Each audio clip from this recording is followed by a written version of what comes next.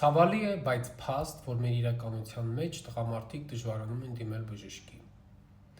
Առաջ իհարկե այդ երևույթի մասին այդքան մենք շատ չէինք կարող խոսել, բայց ներկա ժամանակներում ես կարող եմ ինձ թույլ տալ բարձրաձայնել այն մասին, որ շատ կանայք անհանգստացած լինելով իրենց ամուսնու առողջության համար, բայց դրանք սիրող կանայք են ուշադրություն դարձրեք էլի, որտեվ կանայք այն իրանց համար մեկ է լրիվ, իրանց ամուսնու հետ խնդիր կա, չկա, էրեկցիան լավ է, իրանց լրիվ մեկ է, բայց նվիրված կանայք ոչ միայն զանգում,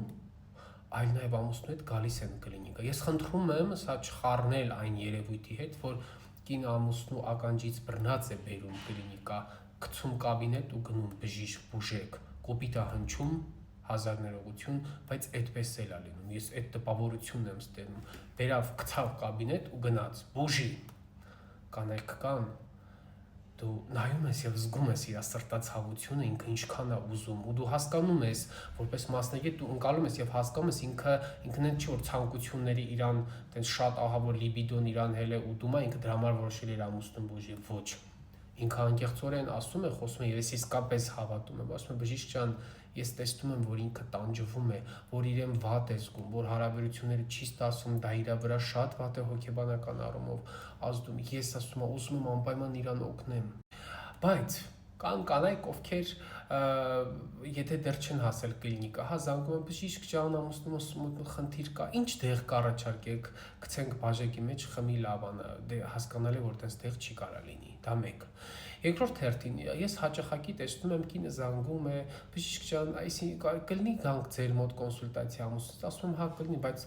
կլինի ձեր ամուսնուն էլ միած զանգի, ես մի քանի բան բացատրեմ, օրինակ ոնց պատրաստված կա, միզած կա եւ այլն, բան չմիզած, դե բժիշկ ջան ինքը չէ, դուք ինձ ասեք, ես իրեն կփոխանցեմ, որպես կանոն 99% դեպքերում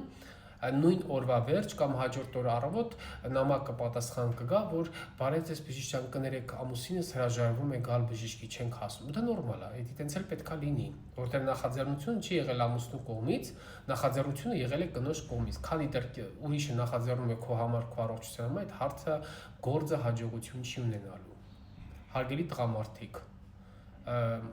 ամաչելով եւ վատ զգալով, որ այս ինչ ահավոր է իմ վիճակը, տղամարդկություն էլ չունեմ, դրա փոխարեն կարելի է հավաքվել գնալ բժշկի, հավատացեք, որ ձեր կինը ձեր կողքին երբ որ կանգնած լինի, ձեր հարց ավելի հեշտությամբ խոսքը սրտացավ ու հասկացող կնոջն է վերաբերվում, ոչ թե կին, որ բժշկի կաբինետում նստած անդադ նույն բանը շեշտում, իր մոտ չի կայնում, իր մոտ չի կայնում, իր մոտ չի կա, ոչ, կին, որ ավելի գրագետ է ամեն ինչին մոտիկանում։